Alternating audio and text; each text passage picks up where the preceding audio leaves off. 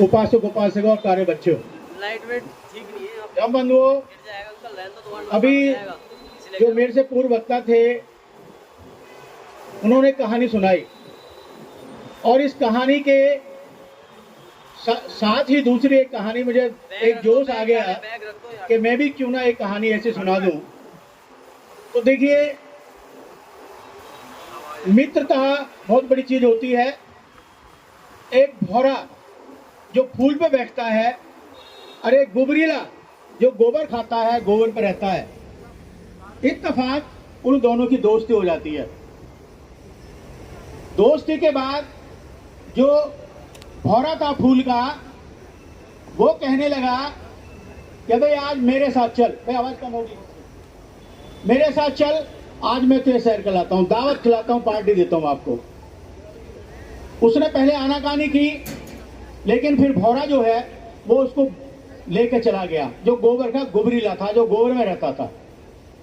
जब वो समुद्र पार करके किसी सुंदर वन में पहुंचे तो वहां बहुत सुंदर सुंदर फूल थे।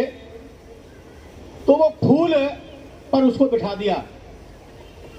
भौरे ने गुबरीला को सुंदर से फूल पर बिठा दिया जिसमें बहुत रसी रस था।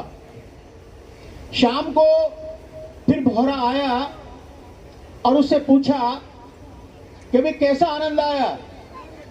तो गुबरीला ने कहा कि मुझे आनंद नहीं आया। उसने कहा चलो ठीक है। फिर दूसरे दिन भी उस भौरे ने गुबरीला को लिया और फिर जाके एक सुंदर से फूल पर, जिसे रसवान फूल था, उस पर छोड़ दिया। शाम को पहुंचा तो फिर उससे पूछा कि भाई कैसा लगा, आनंद आया नहीं आया। उसने कहा मुझे आनंद नहीं आया। तो भौरा समझ गया कि कहीं दाल में काला है। उसने कहा भाई आज और चलो। वो और चला, उस तीसरे दिन भी वो चला गया। बीच में एक समुद्र पड़ता था छोटा सा।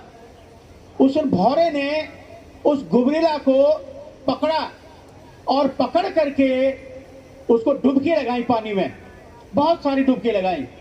और डुबकी लगाने के बाद फिर वो उस वन में गया और वहां जाकर के सुंदर से फूल पर छोड़ दिया। तो जब वो शाम को आया तो उससे पूछा कि भाई कैसा, कितना मजा आया।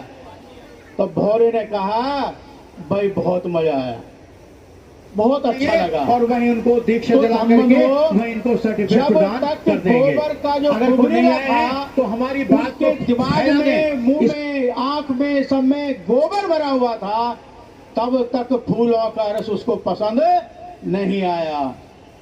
इसी तरह से भगवान बुद्ध का जो धम्म है वो धम्म सुंदर रस वाला है।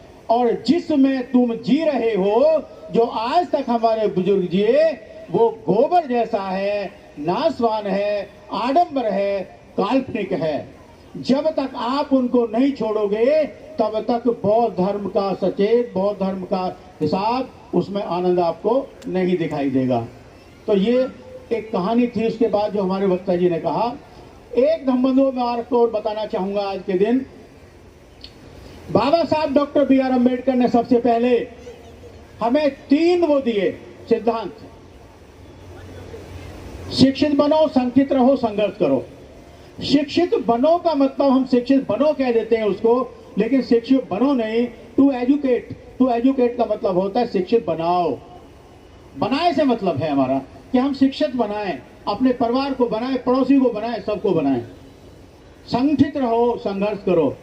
जब बाबा साहब ने ये देखा कि भाई हमारा जो संगठन है, जब हमने 3 दिए, 3 शिक्षा वो दी शिक्षा, तो उन्होंने पाया कि शिक्षित होने के बाद हमारा व्यक्ति अपने समाज से संबंध नहीं रखता।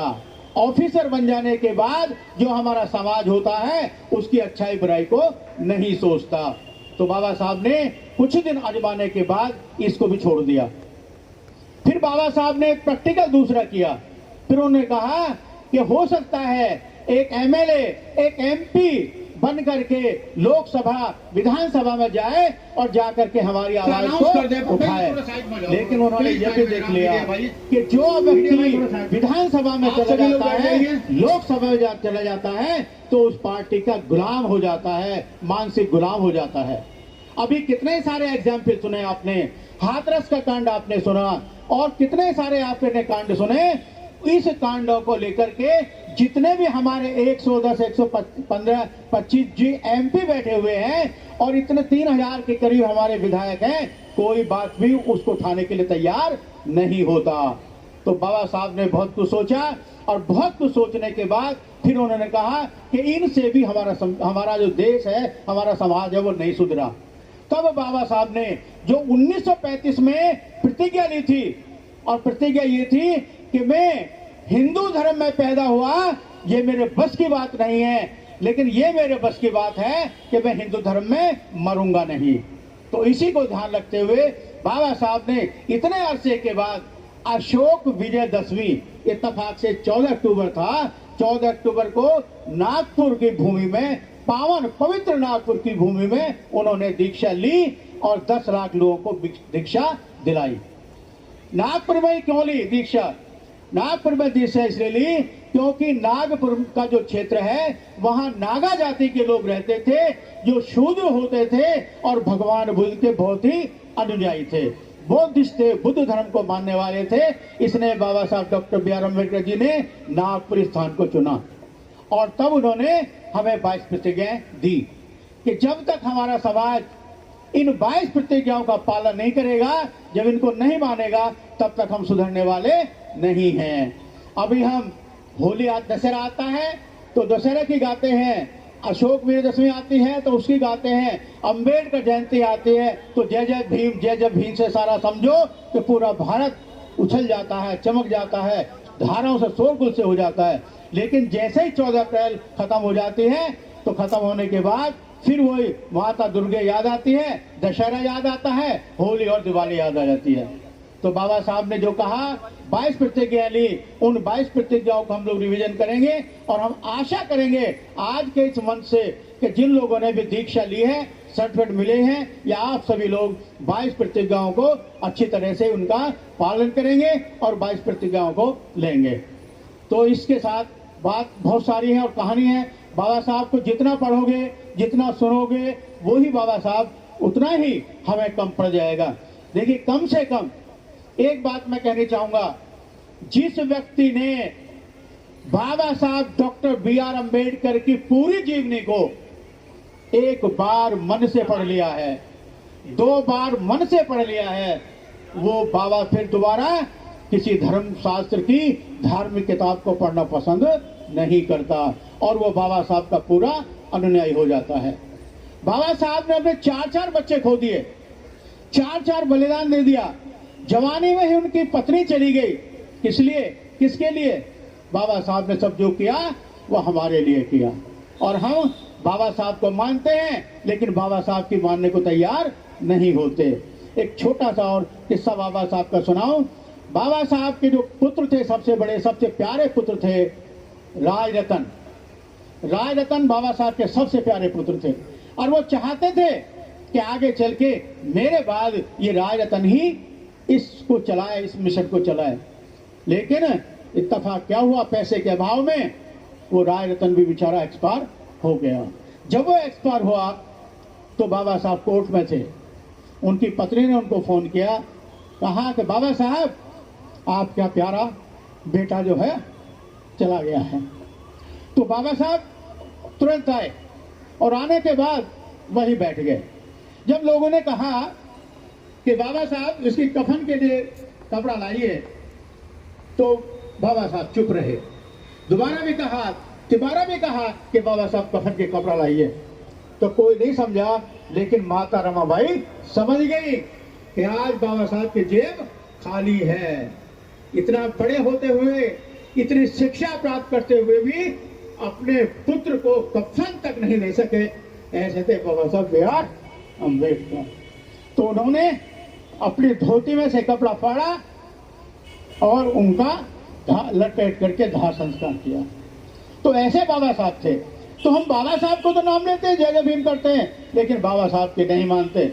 आज के जमाने में आज ऐसा समय है अगर आपने बाबा साहब के सिद्धांत पर चल के बाबा साहब के मिशन को आगे बढ़ाने की बात नहीं की तो 200 साल पहला इतिहास आपके सामने आ जाएगा।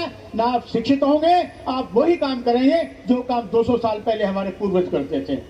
अगर इतने पर भी आप नहीं समझोगे, अपने उसी कंठन से उसी राह पर चलोगे तो कुछ होने वाला नहीं है। हमें समझदारी नहीं है और हो सकता है आगे चलकर अगर हम ना समझें तो इतनी बड़ी समान सभा भी न कर पाए, हम इतना अच्छा खाना भी ना खा पाए। ये संभावना भी की जा सकती है। आज लड़ाई बाबा साहब, आज लड़ाई डॉक्टर अम्बेडकर और ब्राह्मणवाद के बीच लड़ाई है, ब्राह्मणवाद के बीच। और जिस दिन ब्राह्मणवाद हमारे दिमाग से, हमारे मन से समाप्त हो जाएगा, उस दिन ही हम सच्चे अम्बेडकरवादी होंगे और ये बहुत बड़ा हमारे लिए विशाल चमत्कार होगा। हम विकास करेंगे। अभी आपने देखा कुछ दिन पहले हाथरस में हमारे बेटियों के साथ क्या हुआ। मूंछ रखने पर हमारे आदमी को मार दिया गया राजस्थान में।